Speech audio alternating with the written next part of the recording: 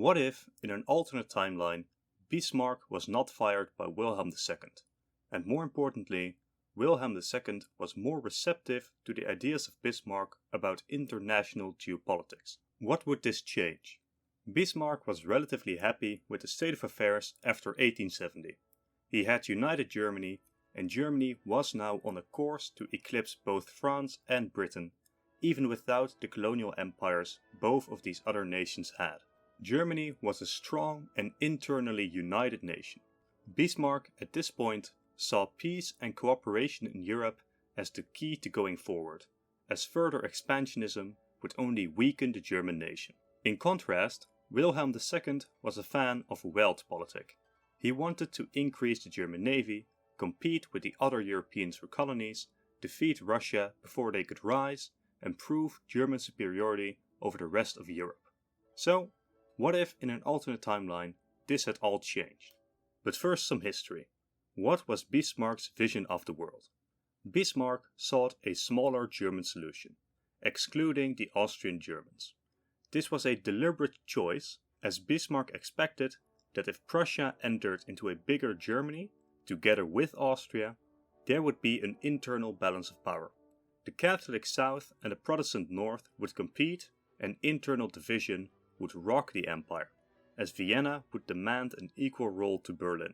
Bismarck sought to prevent this and to ensure a Protestant-dominated Prussian Germany. So, during the Prussian-Austrian War, there was ample opportunity for Prussia to strip German lands in Austria and Bohemia away from the Habsburg monarchy. But Bismarck specifically prevented this. And this symbolized perfectly how Bismarck saw the world, trying to seek strength for Germany without directly angering the other nations. And this was again shown during the Franco-Prussian War. Many important figures in Germany called for even larger territorial annexations from France, mostly the industrially rich coal and steel deposits just slightly further inwards from Alsace-Lorraine. But Bismarck had a different vision on this war, instead desiring to once again show restraint to their enemies, even being hesitant to strip Alsace-Lorraine away from the French. Eventually, the compromise that was reached is the one we saw in our timeline, with just Alsace-Lorraine being stripped from France but nothing further. Once again, Bismarck had desired not to strip any land away from France in order to prevent making a permanent enemy in Paris. But Bismarck was also very flexible in his foreign policy, and when France was now made a permanent enemy of, Bismarck now worked tirelessly to keep Austria, Russia, Italy, and Britain friendly to Germany to ensure diplomatic isolation for France. He did this mainly by trying to balance Austrian and Russian claims against each other, showing restraint in colonial affairs to keep Britain happy, and showing general constraint in international relations to not make more enemies. In contrast, Wilhelm II sought worldwide domination for Germany. And why wouldn't he? Germany was on top of the world. They had the fastest rising economy. They outscaled even the British in terms of economy. They had the most powerful army in the world. They were a young nation, full with nationalistic vigor and a young population. Yet here was Bismarck, some old guy from an age long gone where Germany didn't even exist yet, who wanted to keep Germany constrained to its current form instead of striking out and taking what's rightfully German. But it wasn't just Wilhelm. It would be extremely unfair to put all the blame on him, as Germany was not necessarily a full autocracy. The army and the nobility still held immense power within the government, and they as well were itching for a fight.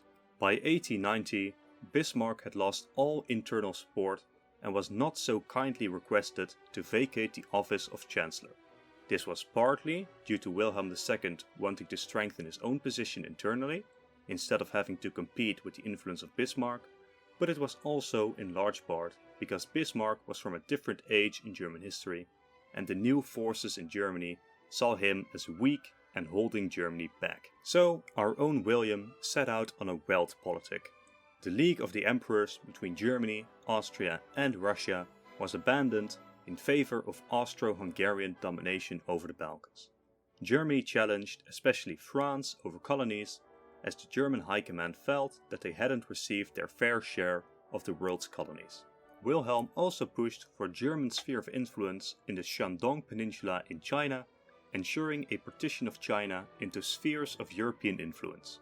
But perhaps most importantly, Wilhelm began the construction of a high seas fleet, one large enough to challenge the British, the one thing that Britain could explicitly not allow any other nation of the time to do, as pretty much all of the British might came from their navy, and if the British were ever to lose naval supremacy, their entire empire could crumble.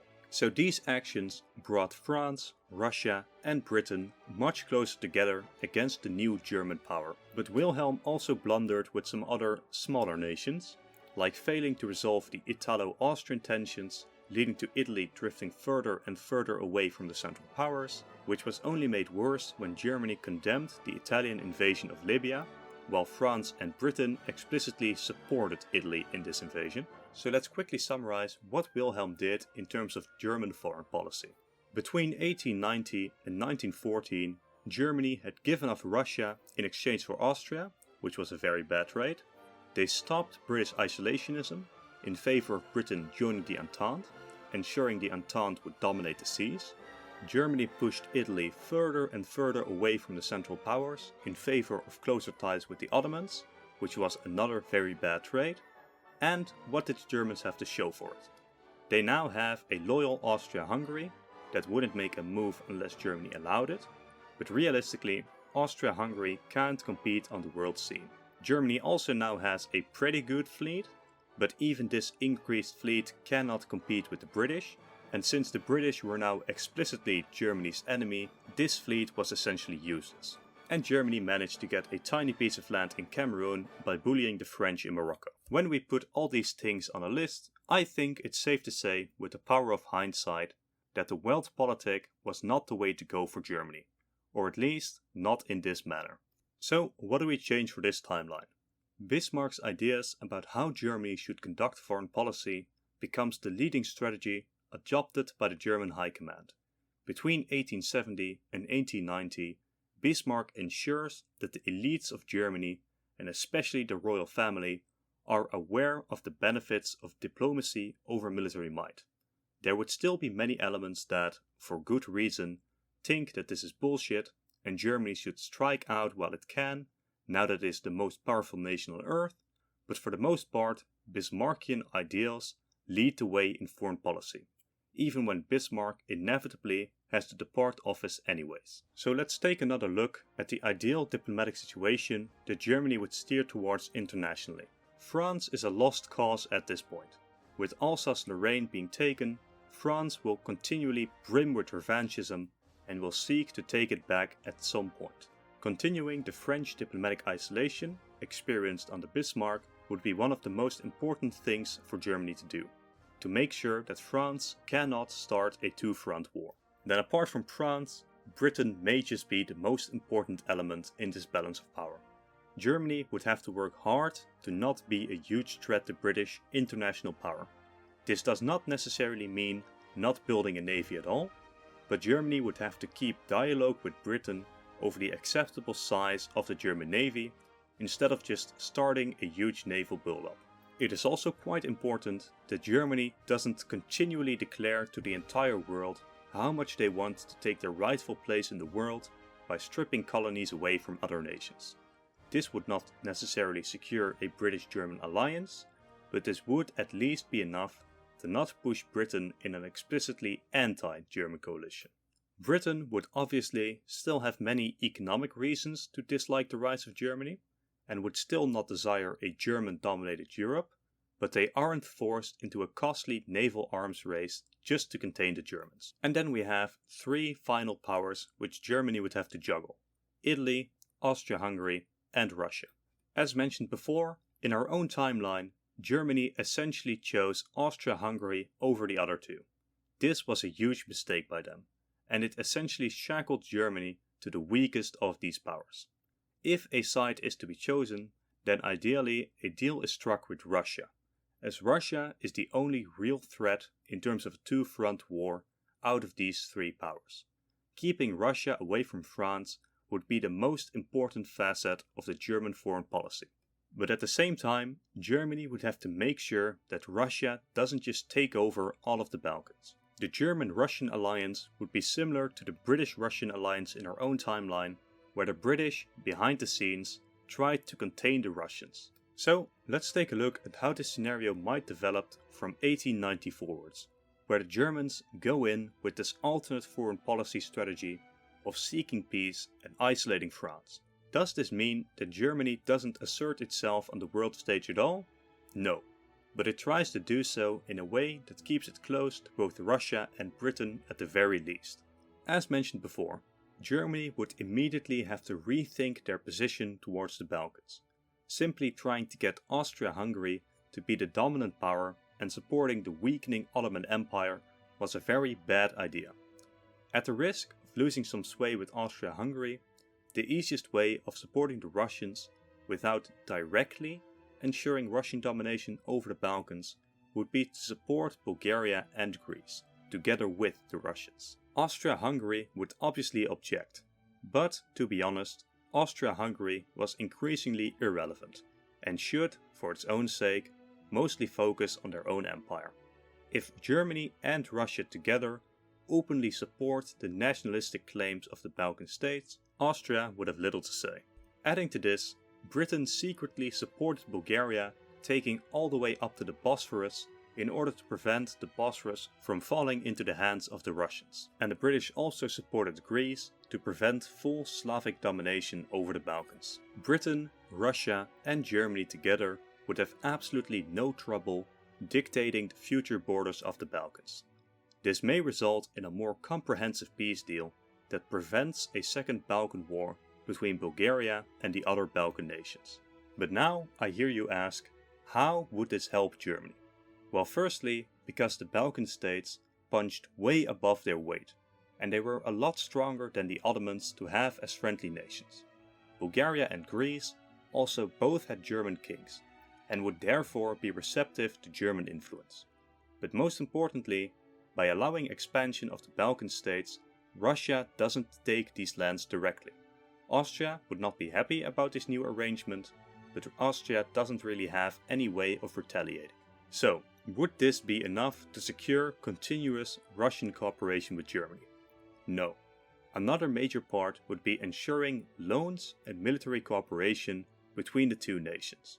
In our own timeline, the German banks closed for the Russian market, leading to France stepping in as the bringer of economic and military aid to Russia.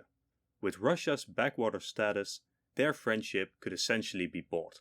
So the new weakest nations in this alternate European balance of power would be France and Austria, as both are now diplomatically isolated. France would seek new allies with anyone they could find, leading France to sign an uneasy agreement with Austria. But let's be honest, Austria cannot compare to Russia. The Franco-Russian alliance could dominate the entire European diplomatic scene from 1890 to 1914. The Franco-Austrian alliance instead would just be a cornered dog, as Austria, as the new sick man of Europe, just seeks protection from their larger neighbors. But then we get to the main issue facing the Germans long term: Russia. By cooperating with Russia, Russia would obviously gradually start to rise as well. And Russia has a terrifying amount of people when compared to any other European state. If Russia were to fully industrialize, then they would surely overwhelm the smaller and weaker Germany. But in my opinion, anyone who says that Russia can eclipse Germany in the short term would be taking it way too far. Germany had a smaller population, sure, but they were a lot more unified. In the 1900s, Russia had about twice the German population, but the Russian population also included groups like the Poles, the Finns, Caucasians, Ukrainians, Tatars, Baltic peoples and more, which all, in some form or another, were not completely happy to remain in the Russian Empire. Adding to this, although both nations were autocracies mostly ruled by their Kaisers, Germany was a much better nation to live in. They had better policies for economic and industrial growth and at least a semblance of democracy and freedom for the population. In contrast, Russia was an autocracy that encouraged exploiting their populations by their nobility, purposely keeping the population drunk on vodka, and generally having a much more oppressive and less business-friendly government. Now, why do I say all this? To explain that I really don't believe that Russia will eclipse Germany anytime soon.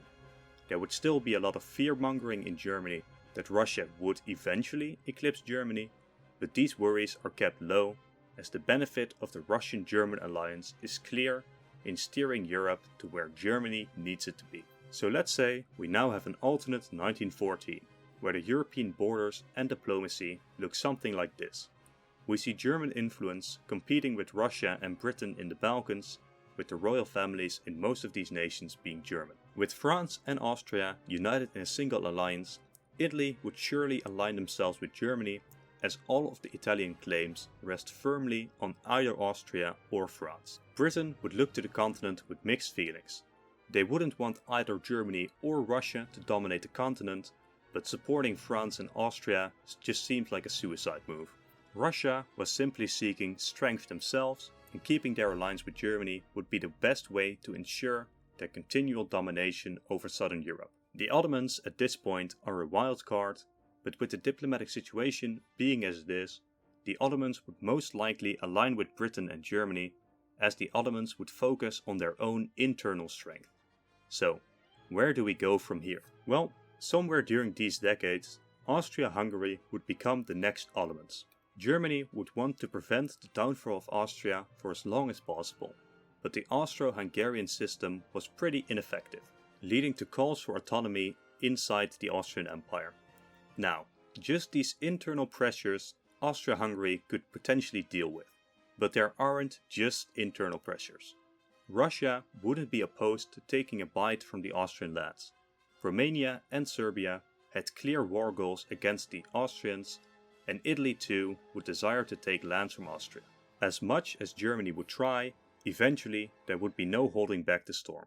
If Germany does fully defend Austria-Hungary against Russia, France could very well switch sides, leading to a pretty much identical World War I to our own timeline. But the more likely option is that when it becomes clear that the Austrian Empire isn't the last, Germany goes in against them as well. So let's say that by around 1916, some darn foolish thing in the Balkans would lead to a diplomatic crisis, leaving Russia against Austria and France.